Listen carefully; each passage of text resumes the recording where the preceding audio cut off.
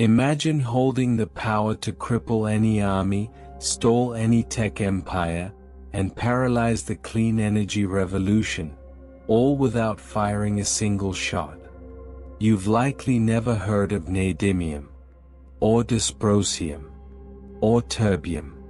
But without them, your phone wouldn't ring, your car wouldn't drive, and your country wouldn't defend itself. These are rare earth elements, the silent gears behind modern life. And one country controls over 90% of them. Hidden beneath the surface of our planet lies a set of elements so rare, so strategically important, that they silently power modern civilization. They make your smartphone glow. They guide missiles with precision. They drive the electric cars of the future, and control the magnets inside the world's most advanced technologies. These elements are called rare earths. And one nation holds the world in its grip. Rare earth elements. 17 metallic keys to the modern world. They're not rare because they're impossible to find. They're rare because they rarely appear in pure, concentrated forms. Extracting them requires power, chemicals, refined processing, and patience. These elements include things like neodymium, powers the strongest permanent magnets. Dysprosium, stabilizes magnets in extreme heat.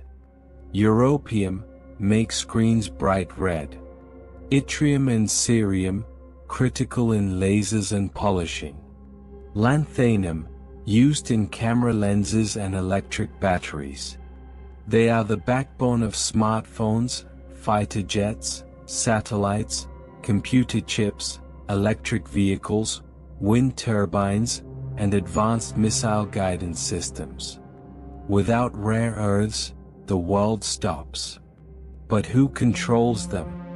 In the 1980s, rare earth production was dominated by the United States. The Mountain Pass mine in California was the world's beating heart of rare earth supply. But as environmental regulations tightened and extraction became more expensive, China saw an opportunity. China did not simply want to produce rare earths. It wanted to dominate them. And by the 1990s, it did.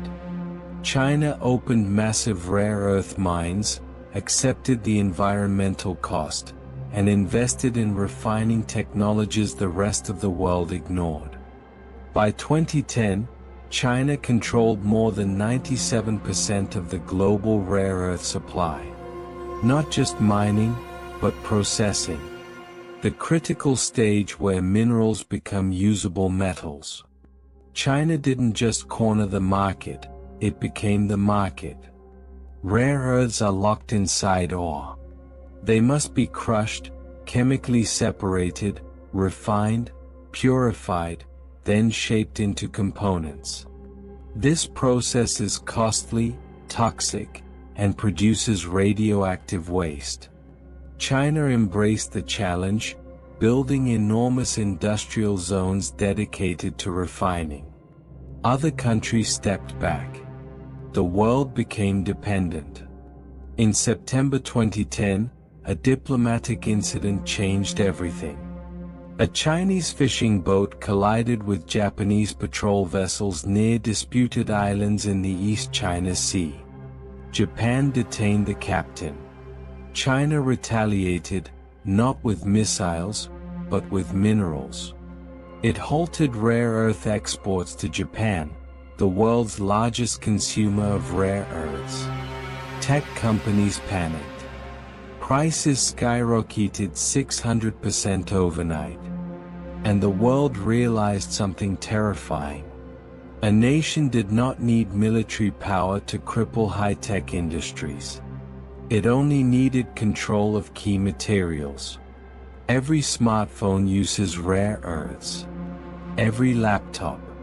Every electric vehicle. Every wind turbine. Every jet fighter. Every satellite. The magnets made with neodymium and dysprosium are 200% stronger than traditional magnets.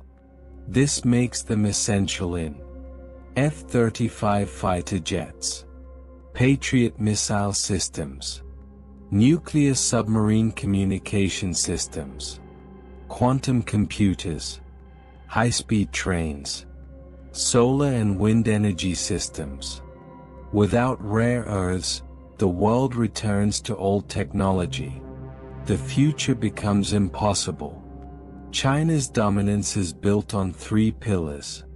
1. Massive ore deposits. Bayan Obo mine is the largest rare earth deposit on Earth. 2. High-volume processing. China refines over 85% of the world's rare earths, even when the raw ore comes from Africa, Australia, or the Americas. 3. Government strategy. China classified rare earths as a strategic resource.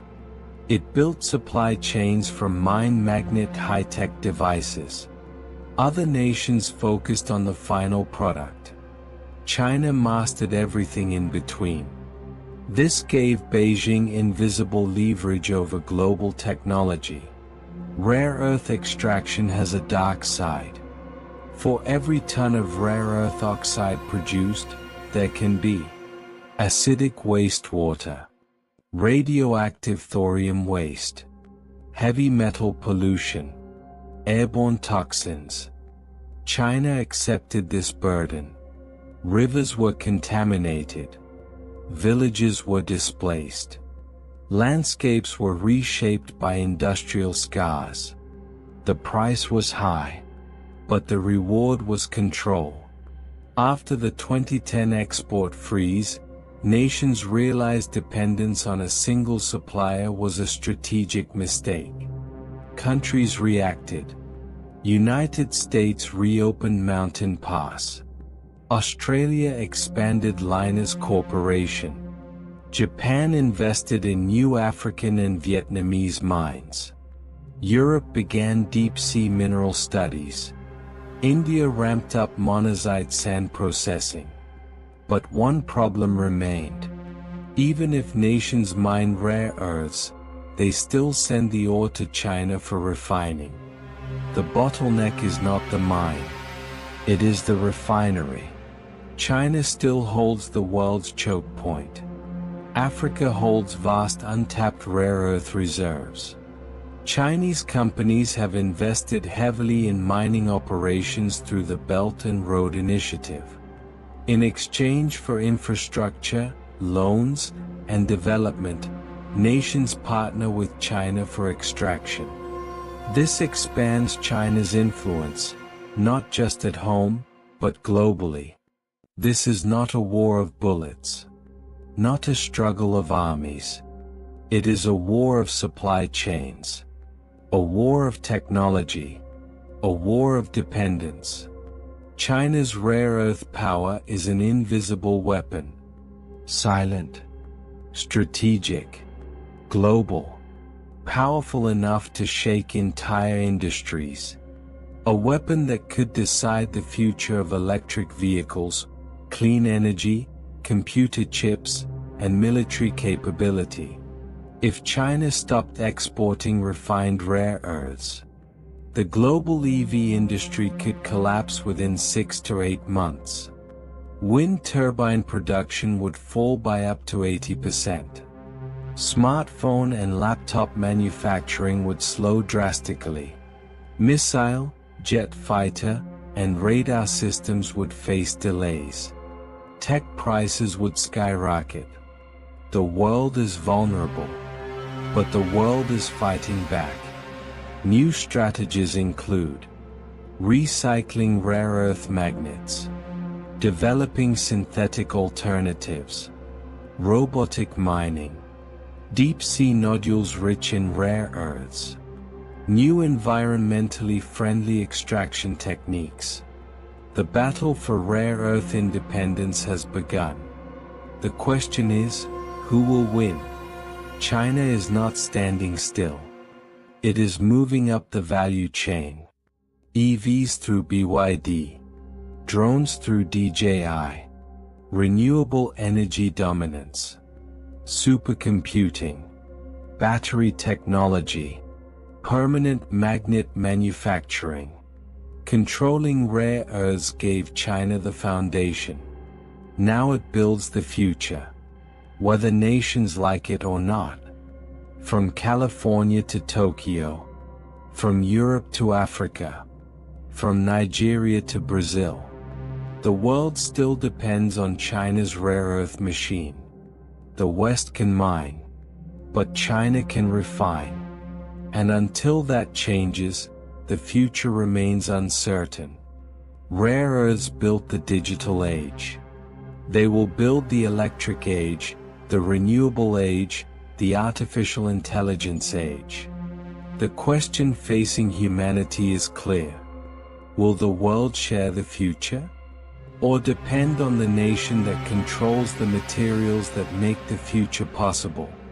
Because in this new era, power is not only measured in armies or oil reserves. It is measured in the invisible metals hidden beneath the earth. If this story opened your eyes, subscribe to learn more, comment your thought or opinion and share for others to learn. Because the next war might not be fought with weapons, but with wires, chips, and dust. Thanks for your time. This is the Geologic Lens. True stories beneath the surface.